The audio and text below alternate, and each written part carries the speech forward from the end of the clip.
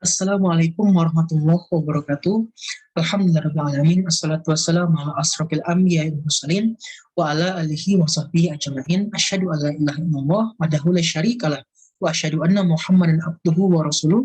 Allahumma shalli ala Muhammad wa ala ali Muhammad. Amma ba'du. Selamat pagi. Perkenalkan saya Kuntafi Tarik Al-Hakmutarudin, mahasiswa Fakultas Kedokteran Universitas Muhammadiyah Palembang angkatan 2020 dengan NIM 70202079, di mana pada pagi hari ini saya akan melakukan presentasi dengan judul Public Speaking dengan dosen pengampu adalah Bapak Dr. Haji Hendra Wijaya, SAG, MPDI. Baiklah, langsung saja. Baik, konsep public speaking. Yang pertama, pengertian public speaking. Yang kedua, ada metode public speaking. Yang ketiga, ada unsur utama dalam public speaking. Yang keempat, ada tujuan public speaking. Yang kelima, ada ekspresi dan impresi public speaking. Yang keenam, praktek public speaking. Semuanya insya Allah akan kita bahas di video ini. Baik, yang pertama, public speaking ya, adalah proses penyampaian pembicaraan di depan publik atau the process of making speech in public, atau seni ilmu pengetahuan mengenai komunikasi lisan yang efektif dengan para pendengar, atau juga the art of science of effective oral communication with an audience, menurut Webster Third New International Dictionary. Selanjutnya, menurut Joseph A. DeVito, berbicara di depan umum atau public speaking merupakan bentuk komunikasi di mana seseorang pembicara menghadapi pendengar dalam jumlah relatif besar atau banyak ya, dengan pembicaraan yang relatif kontinu terus-menerus atau biasanya bertatap muka langsung.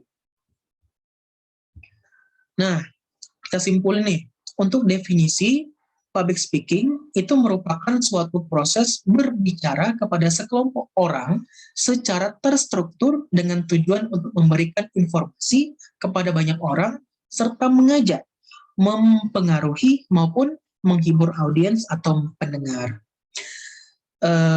Misal nih, kita contohkan dari definisi tadi, itu dalam profesi misalnya MC, pada saat acara, misalnya pesta, lalu mungkin moderator ya, atau mungkin juga dosen atau guru yang memberikan materi pelajaran ilmu pengetahuan kepada murid atau mahasiswa, itu merupakan proses public speaking secara langsung ya.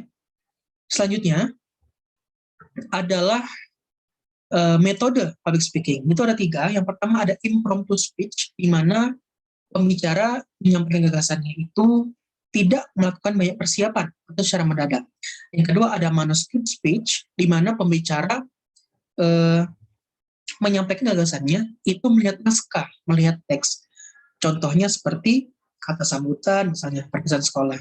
Yang ketiga ada extemporaneous speech, di mana seorang pembicara menyampaikan gagasannya itu tanpa naskah, di mana Pak menyampaikannya secara informatif dan komunikatif kepada audiens. Dalam hal ini, ia menggunakan metode juga namanya improvisasi dengan gaya, intonasi yang ia miliki. Selanjutnya, ada unsur utama dalam public speaking. Yang pertama ada pembicara atau speaker, yang kedua ada topik atau materi yang akan disampaikan, yang ketiga ada pendengar, yang keempat ada forum atau tempat yang ditentukan, yang kelima ada medium atau media, yang keenam ada efek dari penyampaian materi. Misal nih kita contohkan dosen ngajar di sebuah kelas, pembicaranya adalah dosen. Yang kedua topik materi, misalnya tentang komunikasi misalnya, pendengarnya mahasiswa, forum tempat ditentukannya misalnya kelas ya. Yang kelima medium, media itu dia sendiri ya, dari mulut pada saat berbicara itu medianya. Yang keenam adalah efek hasil dari penyampaian materi. Gimana pendengar itu tanggapannya bagaimana kan? Apakah mengerti, apakah tidak mengerti, apakah mendengar, tidak mendengar, apakah fokus atau tidak fokus, itu juga harus kita lihat ya sebagai speaker. Selanjutnya, tujuan public speaking. Seorang speaker atau pembicara itu dapat memotivasi ya pendengar untuk melakukan sesuatu. Yang kedua ada influence atau mempengaruhi audiens juga.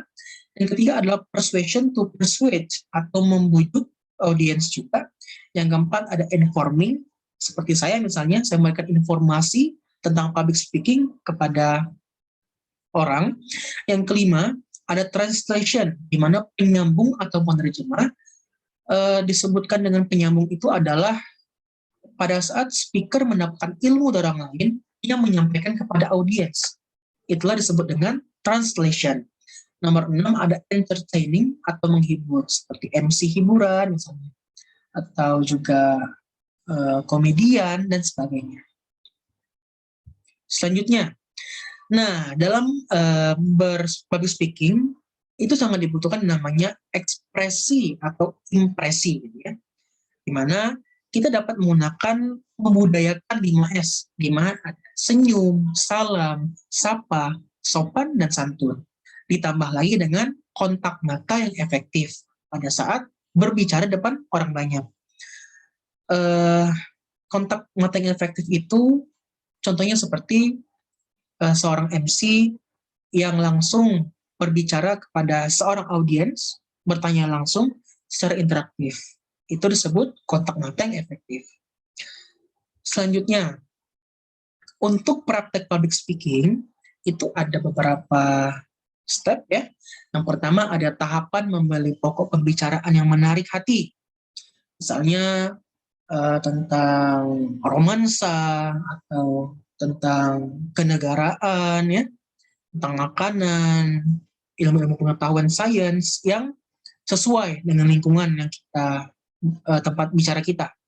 Yang kedua, ada tahap membatasi pokok pembicaraan, di mana topik itu jangan berlari kemana-mana. Misal pada saat kita berbicara tentang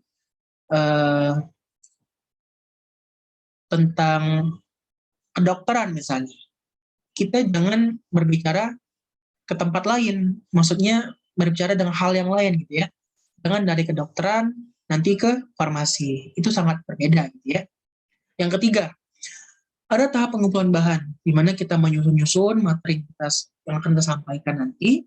Yang keempat, ada tahap penyusunan, kita susun bahan-bahannya terstruktur ya. Pertama itu pembukaan, yang kedua perkenalan diri dulu ya, yang ketiga kita siapkan materinya, penutup dan sebagainya. Lalu yang kelima ada tahap tampil secara percaya diri. Sebagai seorang speaker, kita diharapkan mampu untuk percaya diri, apapun yang kita sampaikan itu insya Allah ada benarnya gitu ya. Pede gitu, percaya diri, bisa gitu, yakin bahwa kita bisa untuk menyampaikan informasi tersebut kepada orang banyak. Yang keenam, evaluasi.